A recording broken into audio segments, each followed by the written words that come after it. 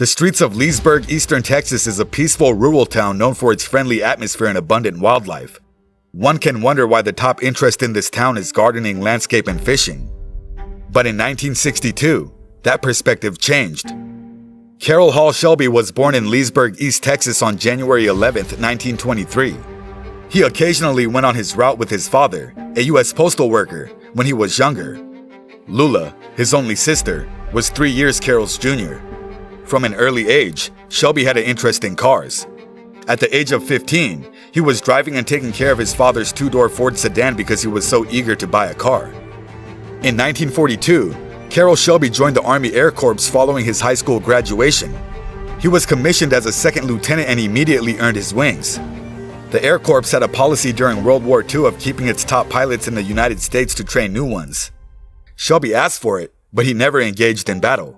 Because it was quicker in a straight line than any Japanese, German, or Italian fighter plane built during the war, the B-26 bomber was his favorite aircraft. Carroll mustered out of the Army Air Corps after the end of World War II. Shelby really needed speed, although he founded a lot of enterprises. His road racing career began on a fast track when he won his first race in an MGTC in 1952. Shelby quickly had access to Ferrari and Maserati race vehicles. In 2 years, he won 12 races. In 1954, Shelby's driving prowess won him an invitation to join the Aston Martin factory squad. Shelby's driving career reached its zenith in 1959 when, at the wheel of an Aston Martin, he won the 24 Hours of Le Mans, the ultimate competition for international sports cars. Shelby had to give up racing in 1960 due to a cardiac ailment. Carroll Shelby raced internationally and used the most costly and quickest sports cars available at the time. The Ferraris, Maseratis, Aston Martins, and Jaguars were all extremely costly and had extremely sophisticated engines, despite their evident speed. Although Shelby was delighted by these sports cars' speed, he was not impressed by their unreliable engines, which needed frequent maintenance and repairs. Thinking along these lines, he questioned why no one in the U.S. produced a sports vehicle that combined the handling and balance of Europe with the ease of maintenance of an American V8 engine, making it easily serviceable at any car dealership or independent garage. His idea was to construct a sports automobile of that kind and market it for half as much as vehicles from European brands. He had a dream in which he named his automobile the Cobra. When Carroll Shelby discovered that British automaker AC Cars had lost its engine source for its Bristol sports vehicle, his concept came to pass. Shelby shared his concept with AC Cars over the phone. They encouraged him to get in touch again after he had arranged with an engine manufacturer and expressed their enthusiasm.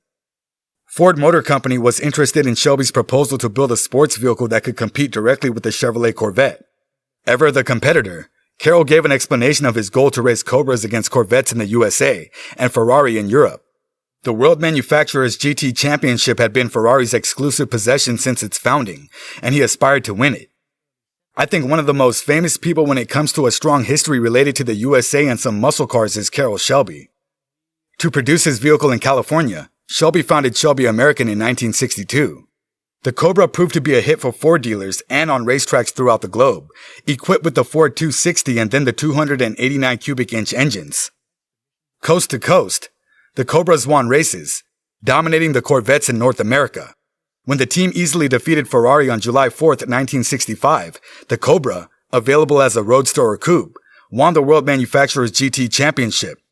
No other American automaker has taken home the coveted title either before or after except Shelby American.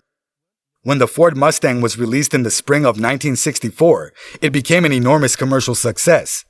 Though the Mustang was selling well, Ford Division General Manager Lee Iacocca was worried that it did not have a performance image and did not align with the Ford Division Total Performance marketing scheme.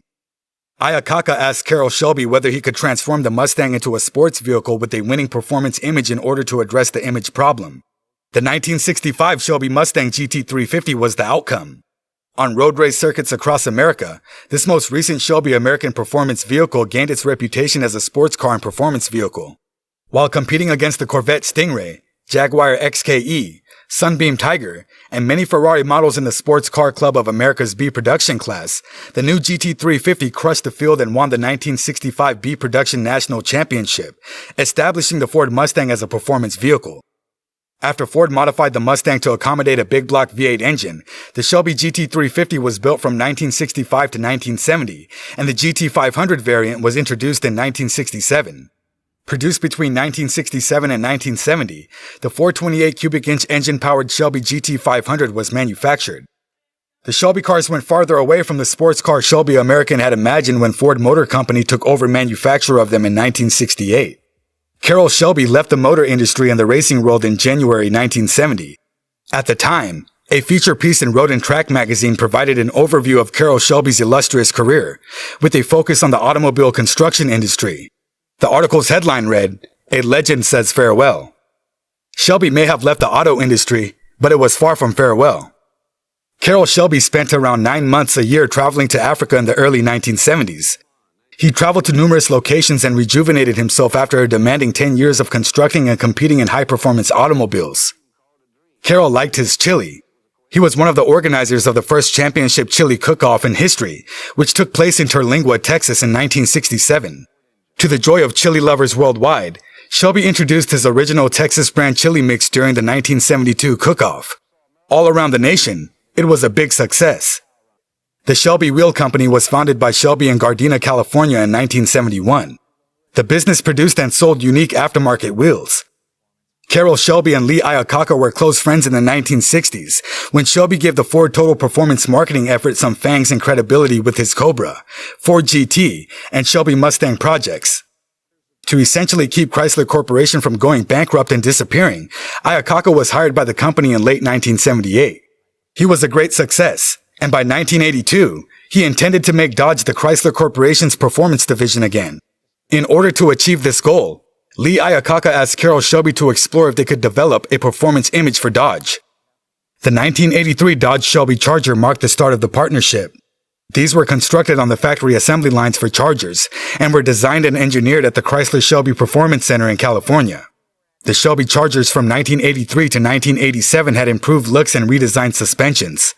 They were fast and inexpensive performance vehicles, especially with the introduction of the 2.2-liter turbocharged engines in 1985.